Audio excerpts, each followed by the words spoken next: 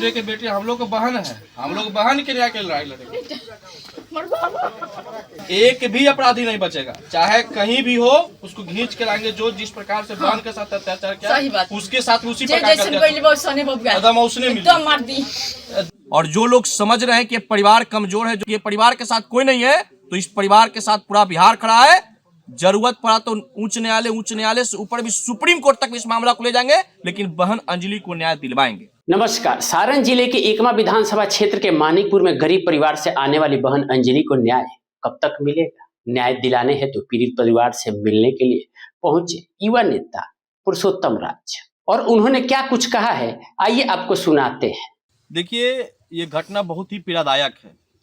इस घटना का जितना निंदा किया जाए, इस घटना का निंदा करने के लिए मेरे पास शब्द की कमी हो जाएगी।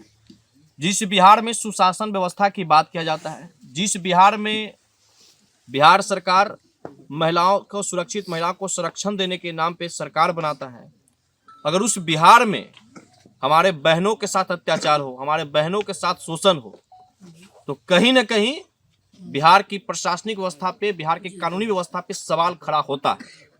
और ये घटना की 11 दिन बीत गए हैं। लगभग ये घटना 9 दिन तक किसी के संज्ञान में नहीं रहा। और जब इस घटना की जानकारी मुझे प्राप्त हुआ और हम संज्ञान में लेते हुए आज हम पीड़ित परिजन से मिलने आए हैं, इन लोगों से जो हमको जानकारी मिल रहा है, तो हमें काफी आहत हो रहा है कि जहां हम लोगों की उम्मीद होता है प्रशासन पे, जहां हम लोग को उम्मीद होता है कानून पे, जहां हम लोग को उम्मीद होता है सरकार पे, आज वो कार्रवाई करने में आखिर पंगु क्यों?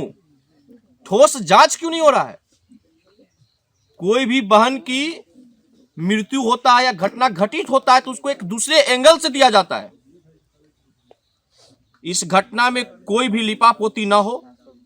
मैं सारण पुलिस कमिश्नर से भी, सारण पुलिस अधीक्षक महोदय से भी इसका मांग करता हूं कि इसमें कोई लिपापोती नहीं हो।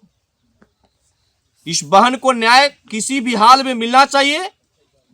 और प्रथम दृष्टिया में श्रेया नर्सिंग होम को सील किया जाए, क्योंकि उस अस्पताल डॉक्टर धरती पे एक भगवान के रूप में होते हैं। अगर वो भगवान राक्षस के रूप धारण कर लिया है तो उस राक्षस पे कार्रवाई होना चाहिए, उस राक्षस को जेल भेजना चाहिए। कहां भाग गया, किस अस्पताल में खो गए? आप इतने पंगु बन के काम करेंगे तो बिहार के लोग उम्मीद करे किससे?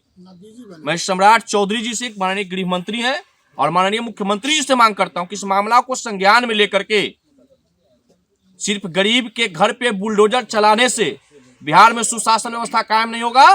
ये बुलडोजर अपराधियों के घर पे चलना चाहिए, ये बुलडोजर ऐसे राक्षसों के घर पे चलना चाहिए और कठोर कार्रवाई होना चाहिए, ताकि ऐसी सोच रखने वाले, ऐसी मानसिकता वाले व्यक्ति इस बिहार में ना रहे, इसको बिहार को छोड़ कर भाग जाए। तब मानेंगे कि आप महिलाओं को संरक्षण दिलाएं, महिलाओं को सुरक्षा के लिए आपकी सरकार काम कर रही है।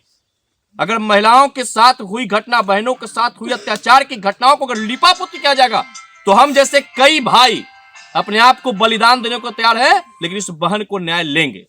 अच्छा, रेल एसपी वीना कुमारी के द्वारा एक प्रेस कॉन्फ्रेंस किया जाता है और उसमें यह बताया जाता है कि आत्महत्या है। ठीक है, आत्महत्या है, इस आत्महत्या का कारण स्पष्ट कराएं। सिर्फ ये कह देने से कि आत्महत्या है तो हम लोग विश्वास नहीं कर लेंगे। वो बेटी अपने जीविकोपार्जन के लिए नर्सिंग की नौकरी करती थी, कि क्या उनकी मजबूरी है कि वो आत्महत्या के लिए घर से दूर रहती थी? और जब ये घटना आत्महत्या है तो उस अस्पताल के प्रबंधक और उस अस्पताल के कर्मियों को कैसे पता चला कि श्रेया का डेथ बॉडी रेलवे लाइन पे है? और जब रेलवे लाइन पे डेथ बॉडी था, उसने परिवार को सूचित क्यों नहीं किया? अंजलि, और उसके डेथ बॉडी को उठाकर खुद पोस्टमार्टम करा लेना, ये शंका के आधार है। इसकी जांच होनी चाहिए, ये सिर्फ कह देने से नहीं होगा। इस पूरे विषय पे जांच करिए और परिवार को सेटिस्फाइड कराइए।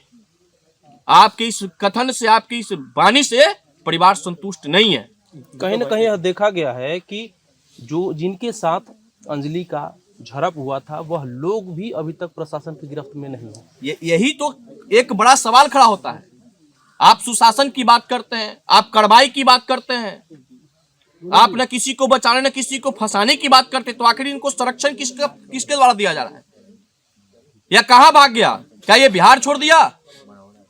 प्रशासन के पास इतना तंत्र होता है कि वे 24 घंटे के अंदर अपराधियों को पकड़ के लेते। इसी बिहार में हम तो प्रशासन को धन्यवाद देते हैं कि मंत्री का जूता चोरी होता है, 24 घंटे के अंदर जूता चुराने वाला पकड़ा जाता है, और इतना बड़ा घटना करने वाला भाग कहां गया? तो ये कार्रवाई क्या अमीर गरीब देखकर किया जा रहा है? क्या यह कार्रवाई लोगों को अधिकार देख के किया जा रहा है? तो अगर ऐसा किया जा रहा है तो यह अत्याचार है, और यह अत्याचार के खिलाफ बिल्कुल हम लोग लड़ाई लड़ेंगे।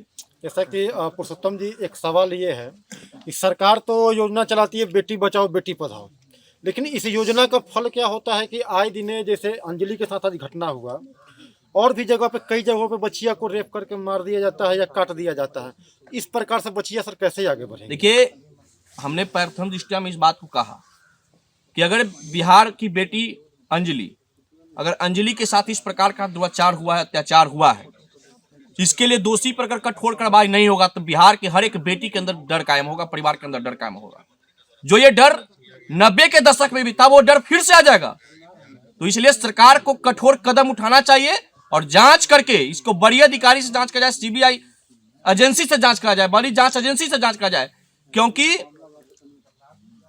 कहीं न कहीं इस मामला में कुछ राज छिपा है। उस राज को बाहर निकाला जाए, और जो लोग समझ रहे हैं कि परिवार कमजोर है, जो लोग यह समझ के इसमें कार्रवाई में धीमे कर रहे हैं कि ये परिवार के साथ कोई नहीं है, तो इस परिवार के साथ पूरा बिहार खड़ा है। जरूरत पड़ा तो उच्च न्यायालय से ऊपर भी सुप्रीम कोर्ट तक इस मामला को ले जाएंगे, लेकिन बहन अंजलि को न्याय दिलवाएंगे।